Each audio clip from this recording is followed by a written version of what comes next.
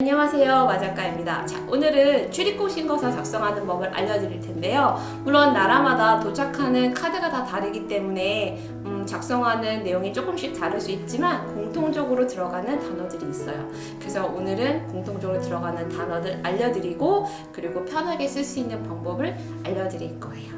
우선 출입국 신고서는 그 나라로 가는 비행기 안에서 승무원들이 이렇게 하나씩 나눠드리게 될 거예요. 그러면 보통 1인당 한 장씩 받아서 작성을 하시면 되는데요. 중간에 틀리거나 오타가 났을 때 쭉쭉 지우고 하지 마시고 보통 새로 받아서 작성하시는 게 좋아요. 그러면 출입국 신고서를 받았을 때 제일 먼저 보이는 단어가 뭘까요?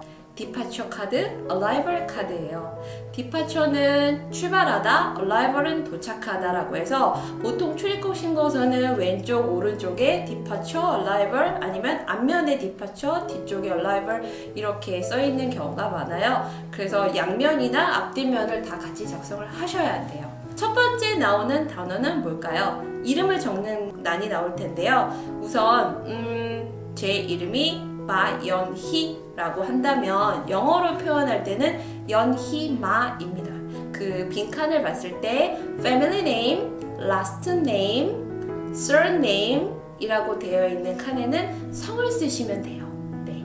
그러면 이름을 써야 되겠죠. 이름은 연희. 저는 여권의 스펠링을 YUNHEE를 쓰는데요. 연희라고 하는 이름은 보통 저한테 주어진 이름, 그러니까 부모님이 저에게 만들어준 이름이기 때문에 given name이라고 표현하기도 하고요.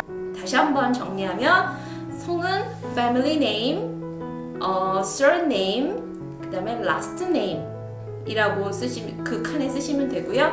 이름은 given name, 주어진 이름이라고 해서 given name 또는 first name 칸에다가 쓰시면 돼요. 가끔 보면은 middle name이라는 칸이 있기도 해요. 근데 뭐 미국이나 유럽 사람들 같은 경우에는 중간 이름이 있기 때문에 middle name도 있을 수 있지만 우리는 middle name이 없기 때문에 middle name에는 안 쓰셔도 돼요.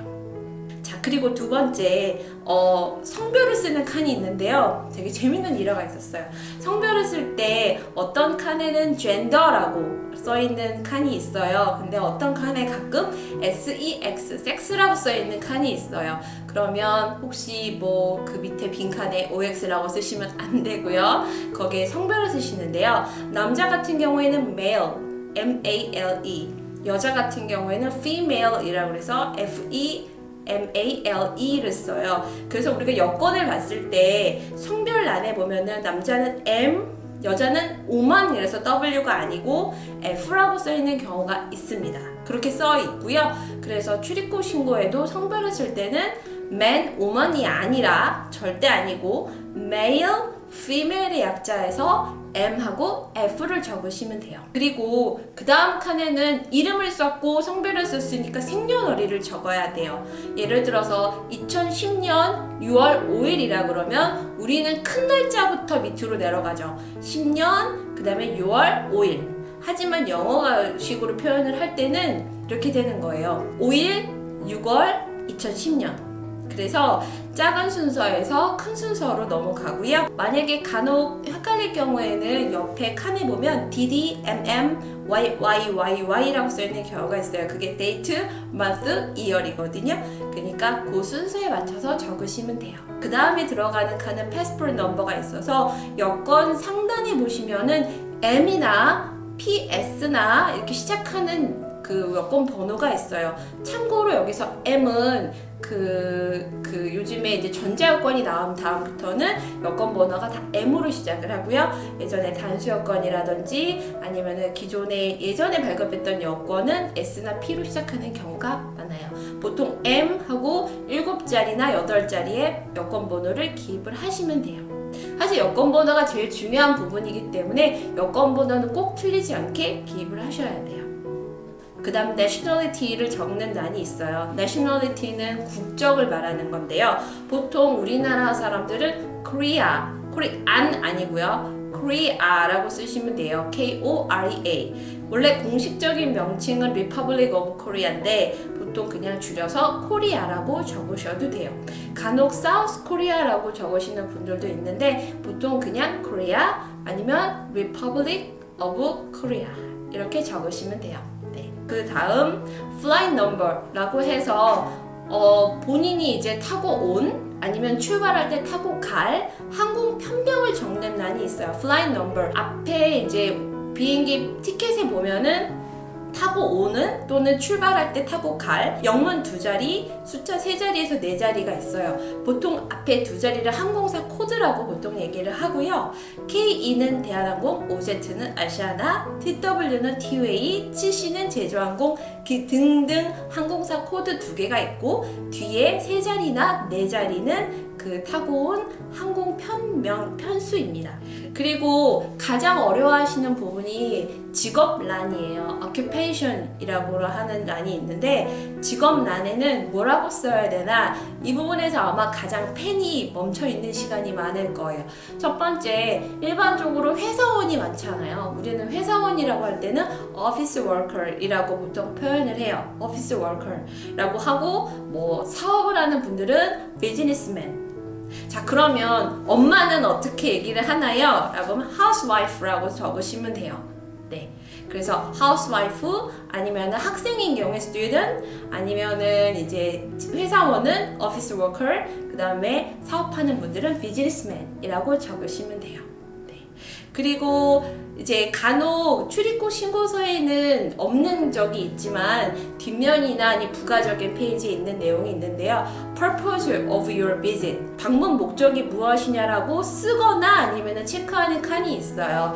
첫 번째는 holiday. 휴가로 오는 보통 holiday고요. travel이라고 작성하신 분들이 있지만 travel은 전체적인 거를 다 아우르는 단어이기 때문에 travel보다는 holiday가 더 나으실 수 있어요. 보통 우리 휴가로 많이 가죠. 그리고 미팅, 뭐 사업적인 미팅일 수도 있고 아니면 비즈니스로 오시는 분들도 있고 아니면 employment, 뭐 취업을 해서 오시는 분들도 있는데 education, 공부하러 오신 분들도 있죠. 근데 이런 목적의 특수한 목적의 방문 같은 경우에는 부가적인 서류를 요청할 수 있기 때문에 보통 우리는 휴가로 많이 가니까 holiday에 체크를 하시거나 holiday라고 적으시면 돼요. 또 쓰는 칸이 뭐가 있냐면 city, 어디에서 왔냐, 내가 살고 있는 도시를 쓰시면 돼요. 서울, 부산, 대구, 광주, 전주 쓰시면 되고요. Country of Residence란 단어가 가끔 보여요. Country of Residence는 거주자 이런 뜻이고요. Country of Residence, 사는 나라가 어디냐? 그러면은 Korea라고 쓰시면 돼요.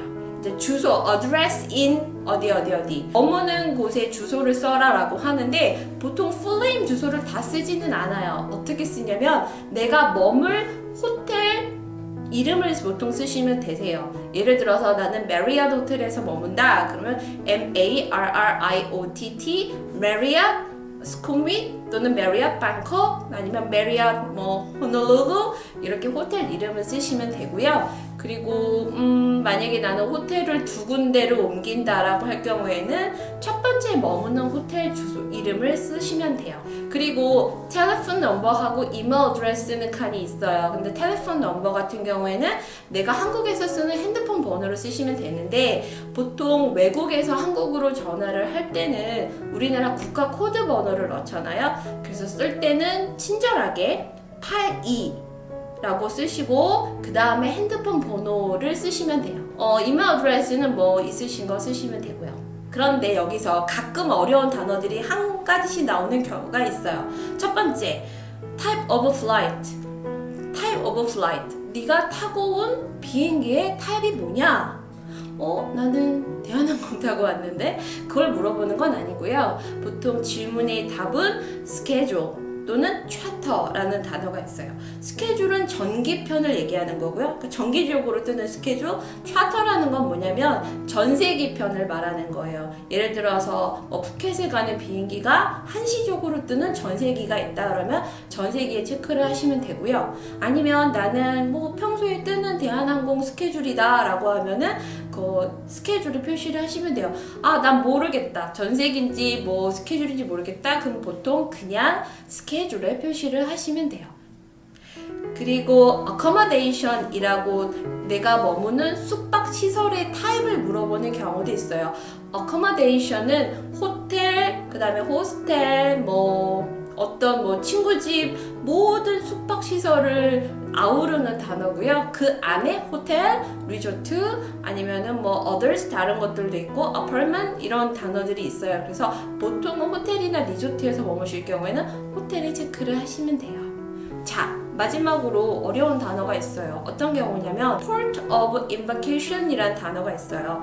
port는 항구고요. embarkation 이라는 거는 탑승, 승선이라는 단어예요. 그래서 port of embarkation이 뭐냐면 너가 탑승한 곳이 어디냐, 즉 어디서 왔냐라는 걸 물어보는 거기 때문에 마찬가지로 from처럼 인천이라고 작성을 하시면 되고요. 그 다음에 next to라고 그 다음 질문이 있어요. next to는 이 여행이 끝나고 어디를 갈 거냐, 그러니까 지금 비행기에서 어느 호텔 갈 거냐가 아니라 이 여행이 끝나고 어디로 돌아갈 거냐. 그럼 우리 인천에서 왔으면 다시 인천으로 가겠죠? 그러면 똑같이 인천이라고 쓰시면 되고, 만약에 내가 태국이나 뭐 어느 나라를 거쳐서 제3국으로 갈 거다, 그럼 그 목적지를 쓰시면 돼요. 여기까지 출입국 신고서 알려드렸고요. 저는 여행 갈 때 마사카입니다. 다음에 더 생생한 정보로 올게요. 안녕.